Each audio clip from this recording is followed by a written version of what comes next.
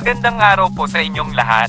Narito na po ang pinakabagong ulat ng panahon para sa ating bansa ngayong araw, Huwebes, ika-27 ng Pebrero, taong 2025. Luzon. Patuloy pa ring nakakaranas ng malamig na panahon at pag-ulan ang ilang bahagi ng Luzon dahil sa hanging amihan. Apektado ang mga lugar ng Cagayan Valley, Cordillera Administrative Region, Aurora, Quezon, at Camarines Norte. Inaasahan ng maulap na kalangitan at pag-ulan sa mga nabanggit na lugar. Ang nalalabing bahagi ng Luzon, kasama na ang Metro Manila, ay inaasahang magkakaroon din ng maulap na kalangitan at posibleng pag-ulan. Ang lalawigan ng Palawan ay nakakaranas din ng isolated rains dahil sa amihan. Visayas. Sa Visayas, inaasahan ng maulap na kalangitan at pag-ulan sa Eastern Visayas dahil sa shear line. Samantala, mataas ang tsansa na magiging maaliwalas ang panahon sa Central at Western Visayas. Mindanao. Sa Mindanao, inaasahan ng pag-ulan sa Northern Mindanao, Caraga, at Davao Region dahil sa easterlies mula sa Pacific Ocean. Makapal din ang inaasahang ulap sa mga lugar na ito. Ang nalalabing bahagi ng Mindanao ay may inaasahang localized thunderstorms. Ang mga thunderstorm at cloud clusters na naoobserbahan ay senyales na posibleng magkaroon ulit ng LPA sa mga susunod na araw. Kahit hindi ito maging bagyo, ang pagdaan nito sa ating bansa ay maaaring magdulot ng malakas na pag-ulan. Paalala at rekomendasyon, manatiling updated po kayo sa mga susunod nating ulat ng panahon. Para maging updated, mag-subscribe po kayo sa aming YouTube channel. Mahalaga po ang pagiging alerto sa mga pagbabago ng panahon upang maiwasan ang mga sakuna. Ang paghahanda ay susi sa kaligtasan. Maraming salamat po. God bless. Dumako naman tayo sa ating partner para sa mga karagdagang impormasyon sa loob ng ating bansa. Samantala, para sa pagtayo ng ating panahon, asahan pa rin natin magiging maulap pa rin ang panahon na may mga pag-ulan o light rains dito sa Cagayan Valley Region, Cordillera Administrative Region, maging sa mga lalawigan ng Aurora at Quezon, maging dito ho sa Camarines Norte, dahil pa rin yan sa epekto ng amihan. So again, yung mga pag-ulan na yan ay dulot po ng northeast monsoon. Samantala sa natitirang bahagi ng Luzon, kasama na dyan ng Metro Manila, ay bahagya maulap hanggang sa maulap ang papawirin. At asahan pa rin natin ang mga isolated o pulo-pulong mahihinang mga pag-ulan dahil pa rin ho yan sa northeast monsoon. Para naman sa pagtayo ng ating temperatura sa Kamaynilaan mula 23 hanggang sa 31 degrees Celsius ang inaasahang magiging agwat. Sa Baguio naman ay 14 to 23 degrees Celsius. Sa Tuguegarao ay mula sa 21 hanggang sa 28 degrees Celsius. Medyo mababa nga po dahil sa epekto pa rin ng amihan.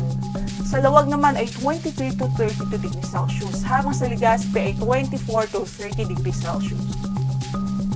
Sa Tagaytay, inaasahan pa rin natin ang mababang temperatura, malamig na panahon pa rin from 31 to 28 degrees Celsius na agwat ng temperatura. Dumako naman ho tayo sa Kabisayaan at maging dito nga po sa Palawan ay inaasahan pa rin natin ang isolated light rains dulot pa rin ho ng amihan. At para sa pagtayo ng panahon o para sa pagtayo ng temperatura, 24 to 32 degrees Celsius ang magiging agwat sa Puerto Princesa o sa lalawigan ng Palawan. Sa Visayas naman, sa eastern section ng Visayas, makakaasa pa rin ng maulap na papawirin at mga pag-ulan dahil pa rin po yan sa shear line. Sa natitirang bahagi ng Visayas, yung Central at Western Visayas, malaki ang tsansang bumuti o mag-improve ang panahon. Samantala sa Mindanao, mananatili pa rin maulap ang papawirin na may mga pagbuhos ng ulan sa Caraga Region, Northern Mindanao, maging sa Davao Region. Dahil pa rin po sa epektong ng shear line at maging ng easterlies dito nga po sa Davao Region. Sa natitirang bahagi ng Mindanao, isolated lang ang pulo-pulong mahihinang mga pagulan ang pwedeng maranasan, pulo-pulong mga thunderstorms o mga localized thunderstorms. Para sa pagtayo ng ating temperatura, sa Metro Cebu from 25 to 31 degrees Celsius ang magiging agwat, 25 to 30 naman sa Tacloban at 25 to 31 degrees Celsius sa Iloilo. Sa Davao City ay 24 to 30 degrees Celsius, sa Cagayan de Oro ay 24 to 31 degrees Celsius, habang sa Zamboanga ay mula sa 24 hanggang sa 33 degrees Celsius. Kasalukuyan po ay wala rin tayong gale warning na nakataas sa mga bahagi ng ating mga baybaying dagat Pero ingat pa rin yung ating mga manlalayag dito po sa northern and eastern section ng bansa dahil inaasahan pa rin natin ng maalon na karagatan doon. Kaya hanggat maaari ay mag-ingat pa rin ho, especially yung mga gumagamit ho ng maliliit na sasakyang pandagat.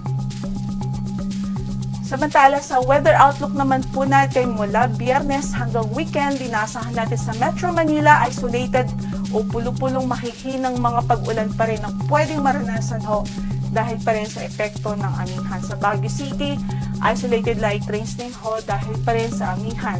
Habang sa Legazpi City, by Friday ay posible pa rin ang epekto ng amihan doon ng mga pulo-pulong mahihinang pag-ulan. And then by weekend or Saturday to Sunday, inaasahan natin malaking tsansa ng mga pag-ulan pa rin dahil sa shear line. Samantala sa Metro Cebu, improved weather ang inaasahan mula Biyernes hanggang Sunday o sa Linggo. Habang dito po sa Iloilo City, improved weather din ho from Friday until Sunday. Para sa agwat ng ating temperatura sa Iloilo, from 24 hanggang sa 32 degrees Celsius. Sa Tacloban City, Friday, isolated o pulo-pulong mahihinang mga pag-ulan lamang ang mararanasan. At pagdating naman ng Saturday o Sunday or by weekend, mataas ang chance na maging maulap at mga pag-ulan dahil sa shear line. Sa Metro Davao, by Friday hanggang Saturday, inaasahan pa rin ng maulap na papawirin at chance ng mga pag-ulan at pagkidlat pagkulog dahil pa rin huyan sa easterlies. Pagdating ng Sunday, improved weather ang inaasahan.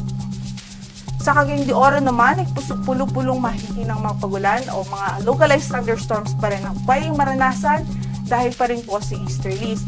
Gayon din sa Zamboanga City. Para naman sa pagtayo ng ating temperatura, 24 to 32 degrees Celsius sa Metro Davao. Sa Cagayan de Oro City naman ay mula sa 24 hanggang sa 32 degrees Celsius at sa Zamboanga City ay mula sa 24 hanggang sa 33 degrees Celsius. Ang sunset natin today is 6:04 in the afternoon at inaasahang sisikat ang araw sa ganap na alas 6:14 ng umaga.